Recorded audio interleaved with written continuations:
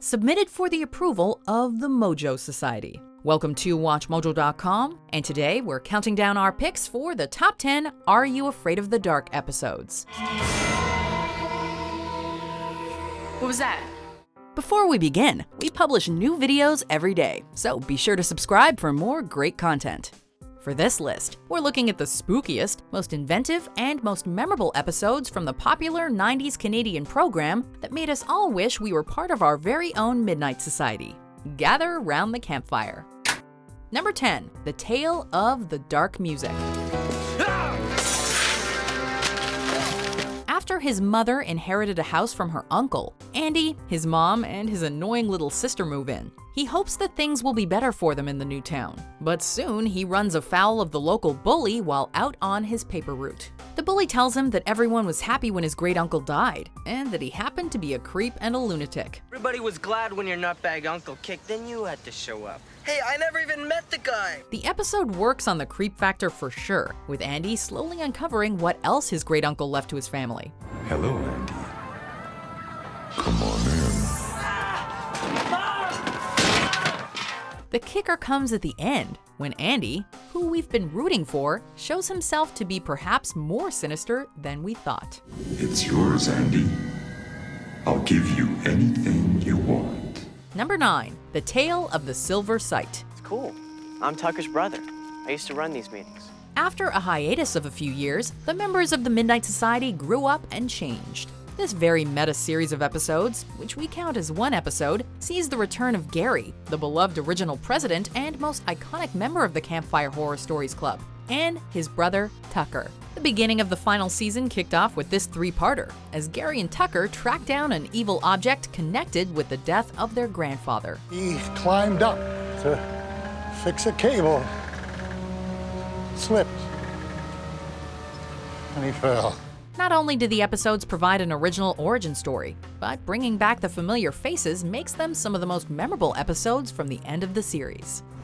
It's like the more people who touch it, the more it responds. Number 8, The Tale of Watcher's Woods. I'm Sarah. It's my first time here. I'm thrilled. At Camp Grindlestone, Sarah and Kelly seem to be very different. Where Sarah wants to earn every badge she can, Kelly could not care less. It's a normal camp, except for the warning, never enter Watcher's Woods, ever. Apparently, 75 years earlier, 3 girls went missing, and they weren't the only ones. On an orienteering trip, Kelly and Sarah are partnered up. They get lost and come across an old campsite, home to 3 old hags, the girls who went missing. It took us 75 years, but finally we've got you. Trapped in the Watcher's Woods, they think Kelly is the girl who stole their whistles and got them lost, and they want revenge. Watcher's Woods is a ghost, witch, and classic camp story rolled into one. Number 7, The Tale of the Dollmaker. Susan Henderson, remember? We hung out all the time.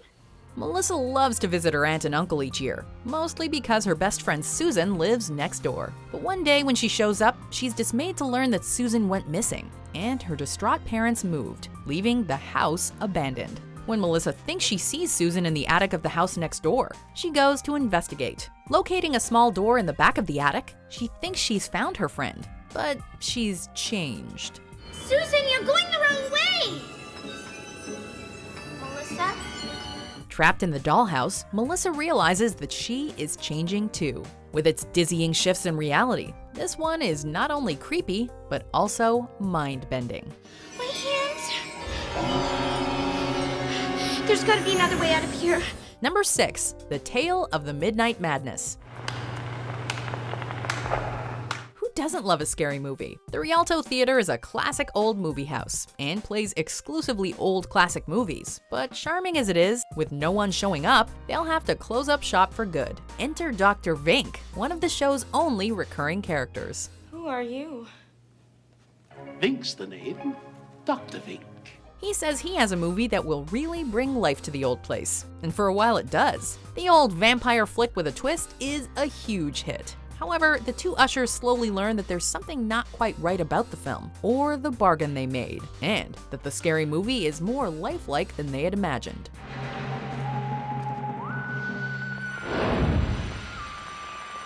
Number 5. The Tale of the Ghastly Grinner. Ethan is a young comic book artist just getting his start. His parents don't believe in him, but with some encouragement from the girl at the comic book store, he decides to give it a real shot. She shows him a comic that was apparently too scary for the creator to finish, and gives it to him as a gift. Word to the wise, if your comics get wet, don't microwave them. It's just a fire hazard.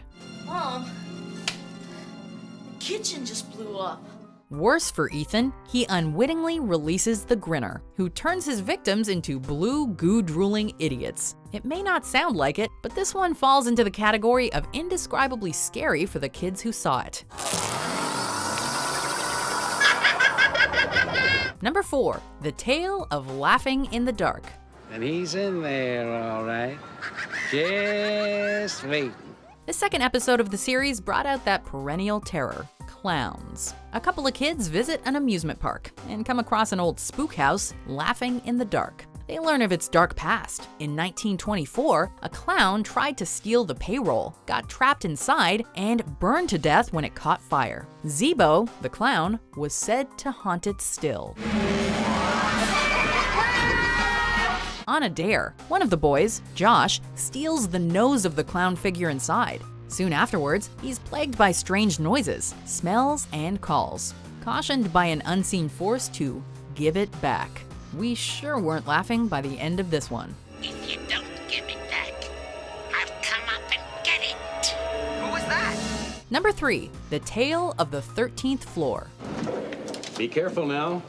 Remember what happened to the last people who lived up here? Billy and Karen like to play on the 13th floor, the unoccupied space in the apartment building having become their arena. Karen wishes she were as good at sports as Billy, but as she's adopted, blames her genetics for her lack of skills. One day, they find that the floor has been taken over by a bunch of strange people, and Karen begins to have bizarre dreams that her television is talking to her.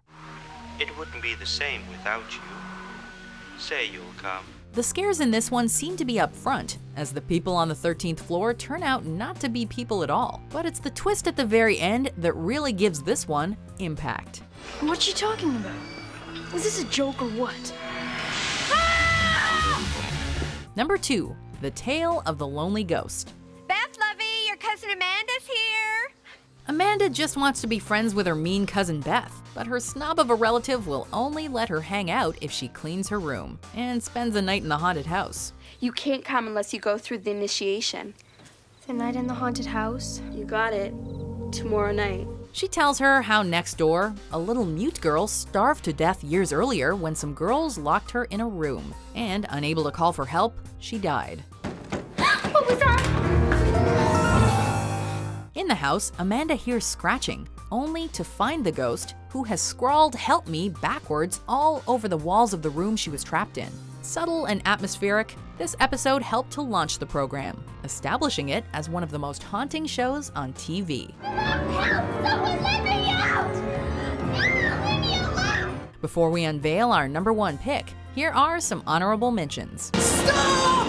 Excuse me, no cutting in line. That's my brother, he's not dead! Really? Is the day I die! No! You got the wrong guy! To the water! Number 1. The Tale of the Dead Man's Float. Hi, Clarice. You're on the swim team, right? After uncovering an abandoned swimming pool, hidden away through the boys' locker room, geeky Zeke cannot wait to show it to Clarice, a girl from biology class and a member of the swim team. Together, they get the school to refurbish the pool, and at first, all is well. However, they soon discover that there was a reason it was abandoned. The episode plays out with considerable atmosphere, with past and present storylines to scare the pants or bathing suits off any viewer. Okay, put your hand in again. The episode also dishes out some of the best costuming and practical effects of the entire show's run. The lead up to the reveal is tense, and the outcome is terrifying and unforgettable, even all these years later. Race, come and swim! Get out there, swim! Do you agree with our picks? Check out these other great clips from WatchMojo and subscribe for new videos every day.